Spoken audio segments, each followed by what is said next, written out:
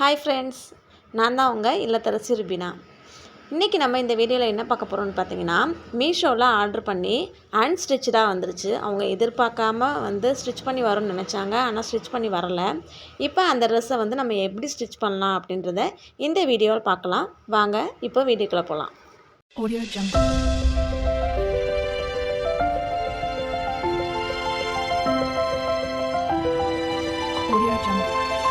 இந்த ட்ரெஸ்ஸோட top piece மட்டும் இப்போ எடுத்துக்குவோம். அதில் அழகாக எந்த சைஸுக்கு தேவையான அளவு ட்ரா பண்ணி வச்சுருக்காங்க. இப்போ நம்ம அந்த சைஸுக்கே 2 கிளாத்தையுமே பேக் பீஸும் சரி ஃப்ரண்ட் பீஸும் சரி ஈவனாக அதே மாதிரியே வச்சு நம்ம ஃபுல்லாக சுற்றிலும் நம்ம தையல் போடுறதுக்கு எந்த அளவு எக்ஸ்ட்ரா விடுவோமோ அதே அளவுக்கு கட் பண்ணி எடுத்துக்கலாம். இப்போ கிராஸ் பீஸ் நான் போட போகிறேன். இதுக்கு நான் லைனிங் கொடுக்கல. ஏன்னா இந்த கிளாத்தே ரொம்ப திக்காக தான் இருக்குது. இது ரொம்ப நேரம் குழந்தைங்க வேர் பண்ணிக்கும் போது வேர்க்கும். அதனால் நான் எக்ஸ்ட்ரா கிளாத்தை கொடுக்கல. சும்மா இதுவே லேஸாக தான் இருக்கும், போட்டுனா கொஞ்சம் சாஃப்டாக இருக்கும். அதனால் எக்ஸ்ட்ரா கிளாத்து கொடுக்காதனால இந்த கிராஸ் பீஸ் நான் கட் பண்ணிக்கிட்டேன். நம்ம ப்ளவுஸ்லலாம் கிராஸ் பீஸ் எப்படி வைப்போமோ அதே மாதிரியே கிராஸ் பீஸாக நான் கட் பண்ணி எடுத்துக்கிட்டேன். அதை எப்படி வைக்கணும் அப்படின்றத வீடியோவை ஃபுல்லாக பாருங்கள், அப்போ உங்களுக்கு தெளிவாக தெரியும். இது கைக்கு நான் எக்ஸ்ட்ரா கிளாத் வாங்கி தான் அந்த கைக்கு வச்சுட்டேன். ஏன்னா இதில் கைக்கான பீஸ் வரல. இதில் ஸ்லீவ்லெஸ்ஸாக தான் இருக்கும்னு நினைக்கிறேன். அவங்க ஸ்லீவோடு கேட்டதுனால நான் எக்ஸ்ட்ரா கிளாத் வாங்கிக்கிட்டேன். அந்த கிளாத் அரை மீட்ரு 50 ரூபான்னு சொன்னாங்க. அரை மீட்ரு மட்டும் வாங்கிக்கிட்டேன். ஆனால் கிளாத்துக்கு மட்டும் கம்மியாக தான் இருந்துச்சு. இப்போது கிராஸ் பீஸ் நம்ம கட் பண்ணோம் பார்த்திங்களா, அந்த கிராஸை நம்ம ப்ளவுஸுக்கு எப்படி வைப்போம் அதே மாதிரியே ஜாயின் பண்ணிக்கணும். அதே மாதிரியே ஜாயின் பண்ணிவிட்டு அதுக்கு மேலே ஃப்ரண்ட்டு பக்கம் வச்சு ஒரு தையல் போட்டுட்டு குட்டி குட்டியாக நாட்ஸஸ் கட் பண்ணிவிட்டு அதுக்கு மேலே ஒரு படிமான தையல் போட்டு அதுக்கப்புறம் நம்ம டர்ன் பண்ணோம் அப்படின்னா நம்ம எந்த ஷேப்பில் போட்டோமோ அந்த ஷேப் நமக்கு கிடச்சிரும். இதில் நீங்கள் கேன்வாஸும் வச்சு வைக்கலாம். என்கிட்ட கேன்வாஸ்லாம் இல்லை. அதனால் என்கிட்ட என்ன இருக்கோ என்னால் என்ன மாதிரி தைக்க முடியுமோ அந்த மாதிரி தைச்சிக்கிறேன். இதில் ஃபுல்லாக லென்த்தான துணியை வச்சு கூட நீங்கள் பேக் சைடு டர்ன் பண்ணலாம். நான் அந்தளவுக்கு துணி இல்லை. அதனால் நான் இந்த கிராஸ் பீஸை மட்டுமே போட்டுட்டேன். இதுவே கொஞ்சம் நல்லா நீட்டாக தான் இருக்குது. நம்ம ப்ளவுஸில் போடுற மாதிரியே கிராஸ் பீஸ் கட் பண்ணி இந்த மாதிரி ஸ்டிச் பண்ணும்போது கரெக்டாக அந்த ஈவனாக நெக் பீஸ் வந்துருச்சு. இதே மாதிரியே பேக் சைடு நெக் பீஸ்லேயும் வைக்கணும். ஆனால் இவங்க என்ன சொன்னாங்கன்னா, ரொம்ப சிம்பிளாக இருக்குது, ஏதாவது ஸ்டோன் ஒர்க் மாதிரி கொடுங்க அப்படின்னு சொல்லி கேட்டிருந்தாங்க. அதனால் இந்த மாதிரி ஒரு ஸ்டோன் நான் வாங்கிக்கிட்டேன். இதை அங்கங்கே நம்ம ஆரி ஒர்க்கில் அங்கங்கே பாசி வச்சுருப்போம் இல்லையா, அதே மாதிரி இதுலேயும் அங்கங்கே ஸ்டோன் ஒட்டி வச்சிட்டோன்னா பார்க்க இன்னும் கொஞ்சம் நீட்டாக இருக்கும். இது பேக் சைடு கழுத்து இன்னும் கொஞ்சம் லைட்டாக ஓப்பனாக வேணும். நம்ம இதில் ஜிப்பு ஒன்றும் வைக்க போகிறதில்ல, கொக்கி ஒன்றும் வைக்க போகிறதில்ல. டேரெக்டாக உள்ளுக்குள்ளே மாட்டுற மாதிரி தான் இருக்க போகுது.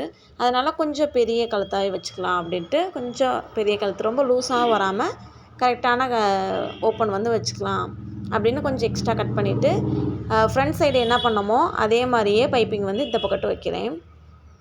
வைக்கும் போது நம்ம டர்ன் பண்ணி இந்த மாதிரி படிமான தையல் போட்டால் மட்டும்தான் கரெக்டான அந்த ஷேப் நம்ம கிடைக்கும். இப்போது உள்பக்கம் திருப்பி 2 மடிப்பு மடித்தோம் அப்படின்னா சூப்பராக நெக் அமைஞ்சிரும். நமக்கு எந்த ஒரு பிசுறுமே வெளியில் தெரியாது. அந்தளவுக்கு சூப்பராக வந்துருச்சு, நீட்டாக வந்துருச்சு. பேக் பீஸும் முடிஞ்சதுக்கப்புறம் ஃப்ரண்ட்டையும் பேக்கையும் நம்ம ஜாயின் பண்ணிக்கலாம். பேக் பாருங்கள், ரொம்பவே சூப்பராக வந்துருச்சு. எக்ஸ்ட்ரா கிளாத்தை கட் பண்ணி எடுத்துக்கலாம். இப்போது ஃப்ரண்ட்டும் பேக்கும் ஒன்றுமே தெரியல, நல்லா நீட்டாக வந்துருச்சு.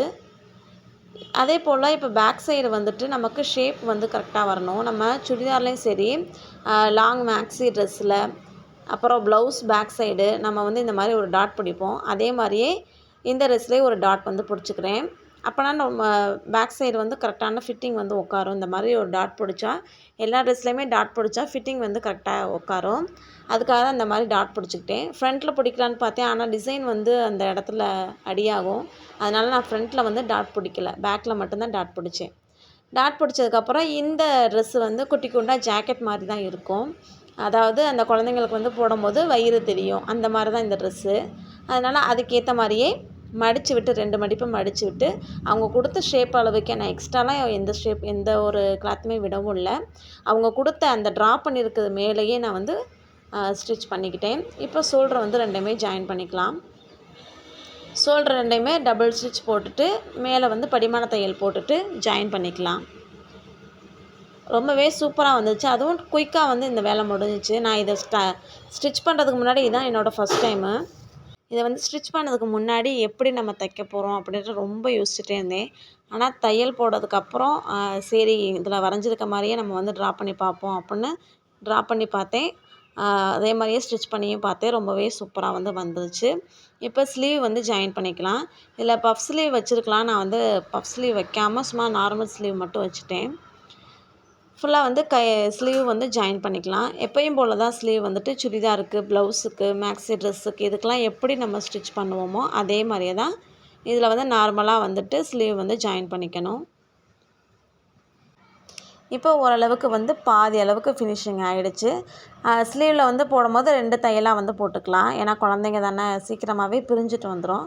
அதனால் ஒரு வாட்டி ஸ்லீவ் வந்து ஜாயின் பண்ணோன்னா இன்னொரு தையலும் போட்டுட்டோம் அப்படின்னா கொஞ்சம் சேஃபாக இருக்கும். 2 தையல் போட்டுட்டு 2 பக்கத்துமே ஸ்லீவ் வந்து ஜாயின் பண்ணியாச்சு. ரொம்பவே ஈஸியாக வந்து குயிக்காகவே முடிஞ்சிருச்சு. இப்போ 2 பக்கத்து நம்ம ஜாயின் பண்ணுறது தான். அதாவது 2 டாப் பீஸையுமே ஜாயின் பண்ணிக்கலாம். கீழேருந்து மேலே ஜாயின் பண்ணிட்டு போனோம்னா ரொம்ப சீக்கிரமாக கரெக்டாக இருக்கும். இப்போ சாதாரணமாக நான் அளவு எடுக்காமல் சும்மா நார்மலாக ஒரு தையல் வந்து ஓரத்தில் போட்டுக்கிறேன். அதுக்கப்புறம் வந்து கரெக்டான அளவு எடுத்து நம்ம தையல் வந்து போட்டுக்கலாம். 2 பக்கமே இதே மாதிரியே தையல் போட்டுக்கோங்க. கரெக்டான அளவு தான் வந்துருந்துச்சு. இந்த பாப்பா போடும்போது நல்லா தான் இருந்துச்சு. ஆனால் நான் அதை வந்து வீடியோ எடுக்கலை. நெக்ஸ்ட்டு வந்துட்டு இப்போது கீழே இருக்க அந்த பாட்டம் பீஸ் எடுத்துக்குவோம். அதில் வந்து எல்லாமே அழகாக சூப்பராக வந்து ஸ்டிச் பண்ணியே தான் கொடுத்துருந்தாங்க. நான் என்ன பண்ணிவிட்டேன், சைடில் மட்டும் ஒரு ஓப்பன் மட்டும் தான் இருந்துச்சு. அந்த ஒரு ஓப்பன் மட்டும் 2 தையல் போட்டு நான் வந்து ஜாயின் பண்ணிக்கிட்டேன். அவ்வளோதான் அதில் வேலை. ஆனால் என்ன வந்துட்டு அந்த பாப்பா வந்து கொஞ்சம் குட்டையாக இருப்பாள்.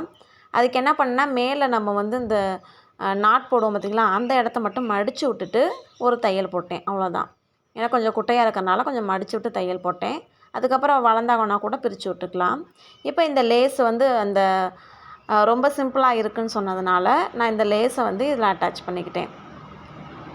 இந்த லேஸ் வந்து வைக்கும்போது இன்னும் கொஞ்சம் ரிச்சான லுக் வந்து கிடைக்கும்.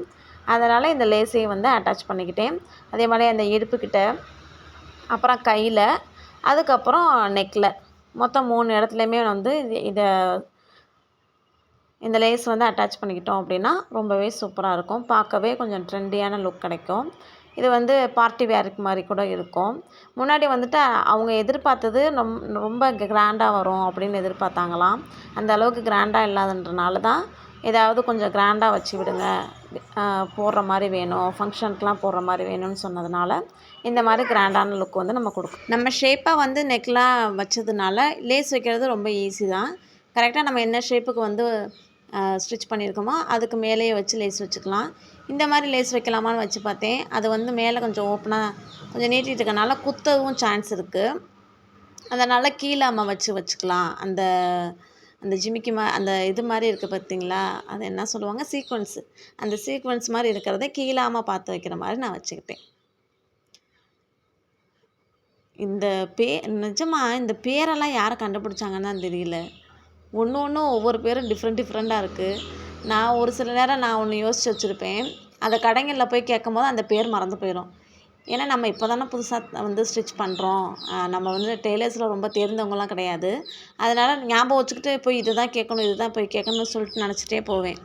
கடைசியில் அங்கே போனதுக்கப்புறம் மறந்து போயிடும். அப்புறம் அவங்கள்ட்ட அந்த அடையாளம் தான் சொல்கிறது. அக்கா இல்லைக்கா, அது அப்படி இருக்கும்க்கா, கொஞ்சம் அந்த கோல்டு கலரில் இருக்கும், கொஞ்சம் ஷேப் வந்து கொஞ்சம் மாறி இருக்கும். இப்படிலாம் நிறைய வாட்டி போய் கடை நின்றுருக்கேன். ஒரு சில நேரம் கடைக்கு போனதுக்கப்புறம் யோசிச்சுட்டே நிற்பேன், நம்ம என்ன வாங்க வந்தோம், அந்த ஷேப்பே மறந்து போச்சே அப்படின்லாம் யோசிப்பேன். இந்த மாதிரி எத்தனை பேருக்கு எக்ஸ்பீரியன்ஸ் இருக்குதுன்னு மறக்காமல் கமெண்ட் பண்ணுங்கள். இப்போது இந்த லேஸ் வச்சதுக்கப்புறமா இன்னுமே செம்மையான லுக் வந்து கிடைக்கிது இந்த ட்ரெஸ்ஸுக்கே. ரொம்பவே சூப்பராக இருக்குது. இப்போ அதுக்கப்புறம் இப்போ அங்கங்கே வந்துட்டு எம்டியாக தெரியுது பார்த்திங்களா, அந்த 3 பூ மட்டும்தான் கொடுத்துருக்காங்க எம்ப்ராய்டரியில். அங்கங்கே எம்டியாக இருக்கனால அந்த இடத்துல நான் வந்து கம் வந்து ஒட்டி அந்த ஸ்டோனை வந்து ஒட்டிக்க போகிறேன். இந்த கம் வந்து நான் இதான் ஃபஸ்ட் டைம் வந்து யூஸ் பண்ணுறேன். உள்ளுக்குள்ளே வந்துட்டு நான் எப்போயுமே ஒயிட் கலரில் இருக்கும் பார்த்திங்களா, அந்த மாதிரி கம் தான் இருக்கும்னு நினச்சேன். கடைசியில் பார்த்தா இந்த க்ளூகனில் இருக்க மாதிரியே இருந்துச்சு. ஆனால் நல்லா ஸ்டிக்கியாக வந்து ஒட்டிக்கிச்சு. எடுக்கவே வரலை, நல்லா காஞ்சிட்டா எடுக்கவே வரல. அப்போ இது வந்து தண்ணி பட்டாலும் ஒன்றும் ஆகாது போல். இதுதான் வாட்டி நான் யூஸ் பண்ணுறது. ஆனால் கொஞ்சம் ரேட் வந்து 85 ரூபா சொன்னாங்க. நம்ம நார்மலாக வாங்குறது வந்து 30 ரூபா பக்கமாக தான் இருக்கும், சின்ன டப்பாவாக. அதில் ரோஸ் கலர் போட்டிருக்கோம். இது வந்துட்டு B7000 இது வந்து செம்மையாகவே இருக்குது. நம்ம எல்லா ஸ்டோனுமே வந்து ஒட்டி வச்சுக்கலாம். ஆரி ஒர்க்லாம் இதானே யூஸ் பண்ணுறாங்க. இதான் ஆனால் ஃபஸ்ட் டைம் நான் யூஸ் பண்ணது. ரொம்பவே சூப்பராக இருந்துச்சு. பாருங்களேன், செம்மையான லுக் வந்து கிடச்சிச்சு. இந்த ட்ரெஸ்ஸோட அவுட்புட் பார்க்கலாம். பாருங்களேன், ரொம்பவே சூப்பராக கிராண்டாக வந்துட்டு நம்ம லேஸ் எக்ஸ்ட்ரா வந்து அட்டாச் பண்ணவும் இன்னுமே ரொம்ப கிராண்டான லுக்கில் இருக்குது. இது வந்து ஸ்லீவ் சைடு. இது அந்த பொண்ணுக்கு போட்டாலும் இன்னும் சூப்பராக இருக்கும். அதே போல் நம்ம பேக் சைடு வந்து அந்த டாட் பிடிக்கவும் தான் அந்த ஷேப் வந்து நம்ம கிடச்சிருக்கு.